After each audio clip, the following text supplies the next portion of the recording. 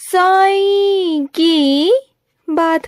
बच्चे, अपने घर में पूजा रखवाओ मेरे बच्चे, अपने घर में पूजा रखवाओ। चाहे सुंदर कांड करवाओ, चाहे साई संध्या करवाओ, या कुछ भी करवाओ मेरे बच्चे, लेकिन करवाओ। मुझे वहां पर विराजित करो मेरे बच्चे।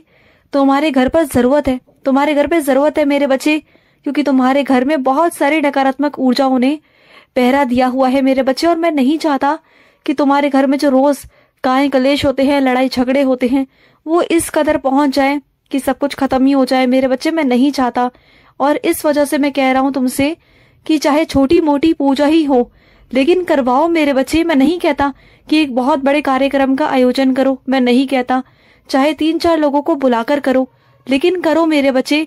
चाहे तुम्हारे परिवार वाले ही क्यों ना हो, लेकिन करो। देखो, तुम जब भी पूजा पाठ करने की सोचते हो ना, तो हमेशा विघ्न आते हैं ना, वो इसी कारण से आते हैं मेरे बच्चे, क्योंकि जिन नकारात्मक ऊर्जाओं ने तुम्हारे घर को घेर रखा है ना मेरे बच्चे, वो नहीं चाहते कि तुम पूजा पाठ करो। तो पूजा पाठ रखवाओ मेरे बच्चे। जो तुम्हारे घर में सबका दिमाग अशांत रहता है ना, कोई भी सीधे रास्ते पे नहीं चलता, जिससे अगर कहा जाए कि ऐसे चलना है तो वो उल्टा ही चलता है, उसके विपरीत ही चलता है हमेशा।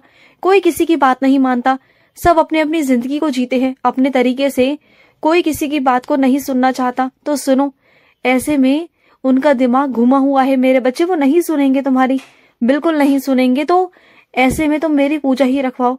देखो, घर में पूजा कराने के बाद ना तुम्हारे घर में बहुत सकारात्मकता आएगी, धीरे धीरे सबकी बुद्धि पलट जाएगी, सबका मन पलट जाएगा।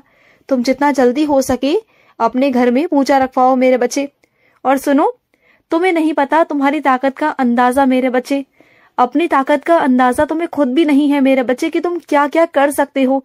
तुम्हें लगता है ना कि मैं ये काम नहीं कर सकता, वो नहीं कर सकता, तुम सब कुछ कर सकते हो, तुम्हारे अंदर बहुत काबिलियत है। ये तुमसे मैं कहता हूँ, तुम्हारा बाबा कहता है। खड़े हो जाओ और करो वो काम जो तुम्हारा मन कहता है, जो तुम्हारा दिल कहता है। दुनिया की बातों में मत आना कि दुनिया ने तुम्हें ऐसा कहा या वैसा कहा। और सुनो, आज देखा तुमने जो मैं तुमसे मिला था, सफेद दाढ़ी वाला व्यक्ति जो तुम्हें मिला था, वो मैं था मेरे बच्चे। सफेद दाढ़ी के भेष में जो मैं आया था तुम्हारे पास, वो मैं था, तुम्हारा बाबा था मेरे बच्चे, और मैं ही तुमसे मिलने आया था। और सुनो, कुछ मेरे बच्चों ने मुझसे मन्नत मांगी है और कहा है कि बाबा, जब आप मेरा काम कर दोगे ना, तो मैं शीढ़ी आकर आपको मुकुट पहनाऊंगा। कहा है ना तुमने। मैं जानता हूँ मेरे बच्चे, और लोगों के लिए बहुत बड़ी बात है, लेकिन अगर तुम्हारा बाबा चाहे ना, तो तुम मुकुट क्या, तुम बाबा को अपने हार भी पहना सकते हो। बस तुम्हारे मन में वो इच्छा जागृत होनी चाहिए कि तुम्हें अपने बाबा के लिए ये काम करना है। अरे, जो काम दूसरों के लिए असंभव है ना, वो सारे काम तुम्हारे लिए संभव है मेरे बच्चे। और ये मैं तुमसे कहता हूँ, तुम मुझे हार भी पहना सकते हो। तुम्हारे बाबा के लिए सोना चांदी पैसा कुछ मायने नहीं रखता मेरे बच्चे, मैं जब चाहूँ उसे दे सकता हूँ मेरे बच्चे। और तुम्हारी अगर इच्छा है कि तुम मुझे अगर मुकुट पहनाओगे तो पहनाओगे मेरे बच्चे, चिंता मत करो। और रही तुम्हारी इच्छा की बात, तो मैं उसे पूरा जरूर करूंगा, जरूर मेरे बच्चे। और सुनो, जो तुम्हारी रहस्यमय संख्या होती है ना, या तुम्हारे फोन की हो या तुम्हारे कार्ड की हो मेरे बच्चे, कभी भी अपनी रहस्यमय संख्या किसी को भी नहीं बतानी चाहिए, चाहे वो तुम्हारा कितना भी प्रिय क्यों ना हो मेरे बच्चे। कभी कभी क्या होता है ना, अपना कार्ड कभी कभी किसी और के पास में रह जाता है और उसका वो गलत इस्तेमाल कर सकता है। तो हमेशा याद रखा करो, चाहे कोई कितना तुम्हारा प्रिय क्यों ना हो, कितना अपना क्यों ना हो, लेकिन जो चीज तुम्हारी रहस्यमय है ना, वो सिर्फ तुम तक ही रहनी चाहिए, वो किसी तक नहीं पहुंचनी चाहिए।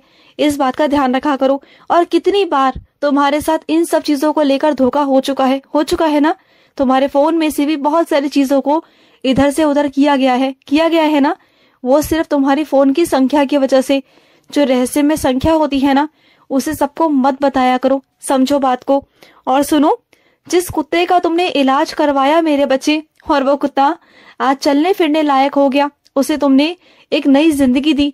पता है, वो कुत्ता बोल तो नहीं सकता, वो बेजुबान है, लेकिन उसने इतना ज्यादा तुम्हें ढेरों आशीर्वाद दिया है कि क्या बताऊं तुम्हें मैं। सिर्फ तुम्हारी वजह से उसे एक नई जिंदगी मिली। जहां वो चल नहीं पा रहा था, आज वो सही सलामत होकर चल रहा है मेरे बच्चे, सिर्फ तुम्हारी वजह से। और मेरा दिल बहुत बहुत खुश है इस चीज को देखकर कि तुम ऐसा कुछ भी करते हो, तुम मेरे बच्चे हो। और सुनो, जो इंसान तुम्हें भला बुरा बोलता है ना मेरे बच्चे, कोई भी इंसान अगर तुम्हें भला बुरा बोलता है, तुम पर शक करता है ना, तो वो तुम पर शक नहीं कर रहा, वो तुम्हारे बाबा पर शक कर रहा है मेरे बच्चे, तुम्हारे बाबा पर। अगर वो मेरा बच्चा मेरे आगे धूप बत्ती अगरबत्ती जलाता है, मेरी पूजा कर रहा है, चाहे वो मेरी किसी भी रूप की कर रहा हो, और दूसरी तरफ मेरे बच्चे को रुला रहा है, तड़पा रहा है, उसे दुखी कर रहा है ना, तो उसकी पूजा को मैं स्वीकार कैसे करूं बताओ? दोनों चीजों को एक साथ स्वीकार कैसे करूं? एक, वो किसी को तड़पा रहा है, और दूसरी तरफ वो मेरे आगे पूजा कर रहा है, तो ये दोनों चीजें मेरे समझ से बाहर है मेरे बच्चे। मैं दोनों चीजों को स्वीकार नहीं कर सकता, बिल्कुल नहीं कर सकता, क्योंकि मेरे बच्चे की बेइज्जती मेरी बेइज्जती है। वैसे दूसरा बच्चा मेरे आगे हल्दी चंदन बहुत सारी सामग्रियां चढ़ाता है, महंगी महंगी चीजें अर्पित करता है, मुझे तोलने की कोशिश करता है पैसों में, लेकिन वो बेवकूफ भूल जाता है कि वो मुझे खरीदने चला है। ऐसे मतलबी बच्चे भी होते हैं मेरे पास जो मुझे खरीदने आते हैं, उन्हें लगता है कि उनसे बाबा का काम निकल जाएगा, लेकिन मैं सब समझता हूँ मेरे बच्चे, सब समझता हूँ मैं। और जब उनका काम निकल जाता है ना मुझे देकर, और जब वो अपनी इच्छाओं को पूरा करवा लेते हैं ना, उसके बाद मैं काहे का बाबा, कौन सा बाबा उनका? फिर तो वो मेरी तरफ देखते भी नहीं है, मेरी तरफ गौर तक नहीं करते। अगर मैं उनके सामने गलती से भी आ गया ना, तो मुझे नमस्कार करना भी उन्हें याद नहीं रहता। वो मेरे मंदिर के सामने से गुजर भी जाएंगे ना, तब भी वो मुझे नमस्कार करने के लिए वहां ठहरते नहीं। लेकिन हाँ, जब उन्हें अपनी मन्नतें पूरी करवानी होती है, तो मेरी चौखट पर एक एक घंटा बैठे रहते हैं, रोते रहते हैं कि साईं पूरा करो पूरा करो। लेकिन उसके बाद नहीं देखते। जब दुनिया मुझे नहीं छोड़ती, जब ये दुनिया इतनी मतलबी है, जब अपने बाबा से काम निकलवाने के लिए ये सब मेरे साथ करती है मेरे बच्चे, तो फिर तुम क्या हो उनके आगे? सोचो ना, जब वो ईश्वर को नहीं छोड़ती, ईश्वर के साथ छल कपट करती है, धोखा देती है उन्हें, तो फिर बताओ, जबकि ईश्वर मैं हूँ और ईश्वर के साथ छल कपट करना, उन्हें अपशब्द कहना, तो क्या ये सही है? लेकिन हाँ, बहुत सारे हजारों लाखों बच्चे ऐसा करते हैं मेरे साथ, और तुम कहते हो कि बाबा आप ऐसा करते हो। मैं किसी के साथ ऐसा नहीं करता, बल्कि दुनिया मेरे साथ ऐसा कर जाती है। मैं क्या करूं बताओ? मैं क्या किसी के पास लड़ने जाता हूँ? किसी को कुछ कहता हूँ? नहीं कहता ना, छोड़ देता हूँ उसे उसके हाल पर।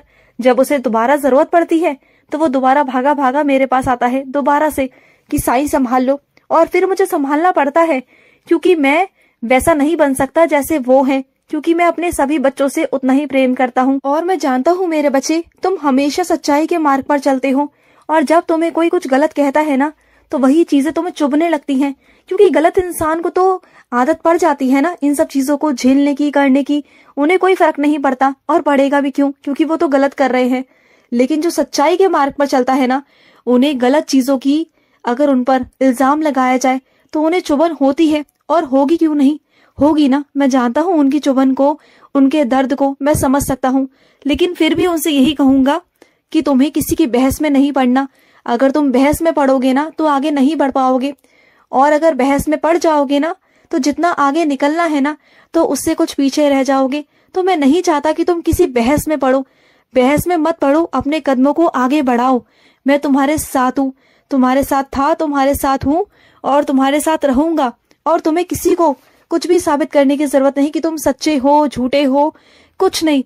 जिसे जो सोचना है तुम्हारे बारे में सोचने दो। जब तुम निखर कर उभर कर सबके सामने आओगे ना, बाहर आओगे दुनिया के सामने, तब सबको समझ में आएगा। तुम तो बस अपने कर्म करते चलो, बाकी मैं हूँ तुम्हारे साथ, तुम्हारा हाथ पकड़कर। खुश रहो। आज का रात्रि साई संदेश समाप्त हुआ।